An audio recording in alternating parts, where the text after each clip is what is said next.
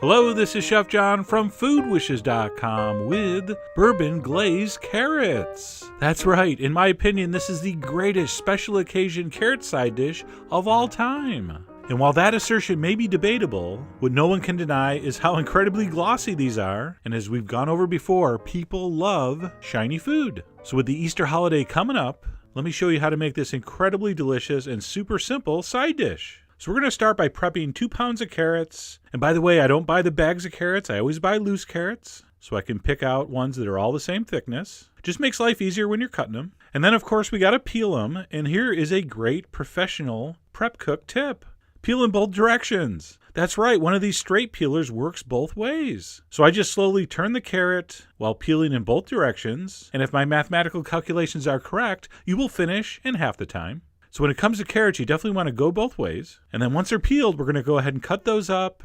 So we're going to go ahead and trim off the tip and the top.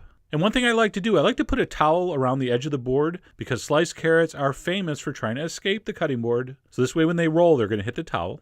And then as we start cutting, we're going to pay attention to the shape of the carrot. So where the carrot's the most tapered, we will cut a little thicker piece, a little wider cut. And then as we get closer to the thicker end, we will make our cuts a little less wide.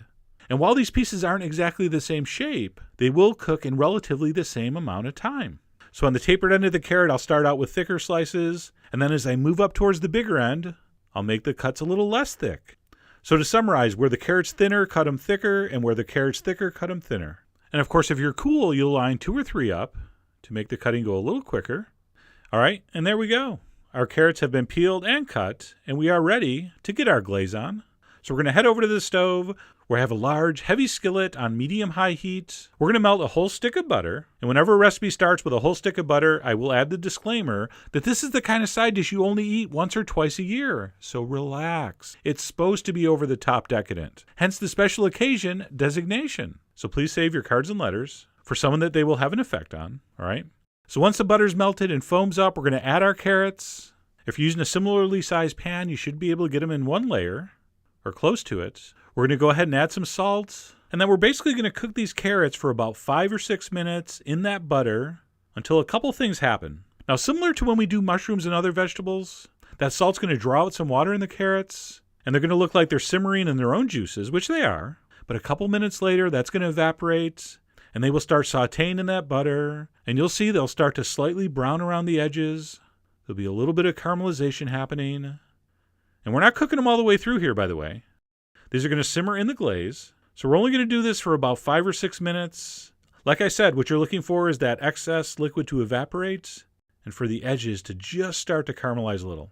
And at that point, we're going to turn the heat down to medium-low, and we're going to introduce our bourbon. And we're going to carefully pour in an entire half cup. Now be careful, this really shouldn't flare up, but it could. So be careful when you add it in case you get some flames. You don't want to lose your eyebrows. So we're going to stir in that bourbon, and we're going to cook that on medium-low for about 2 or 3 minutes until most of that bourbon evaporates, and it will look like you're back to just melted butter. And then when that happens, you are ready for the last major piece of the puzzle, the brown sugar. So we're going to pour in some brown sugar. I'm going to take my spoonula, I'm going to mix that in, and that's going to form the most amazing bourbon syrup that you're ever going to come across. So give it a good stir, and then all we're going to do is cook these stirring until they're as done as you want. So give them a mix every minute or two, and I'm going to guesstimate in about 5 minutes you will have perfectly cooked carrots.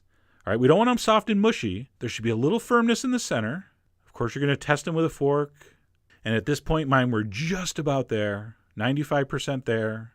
And at that point, I like to turn up my heat, maybe up to medium, possibly medium-high, and just give that glaze a final reduction.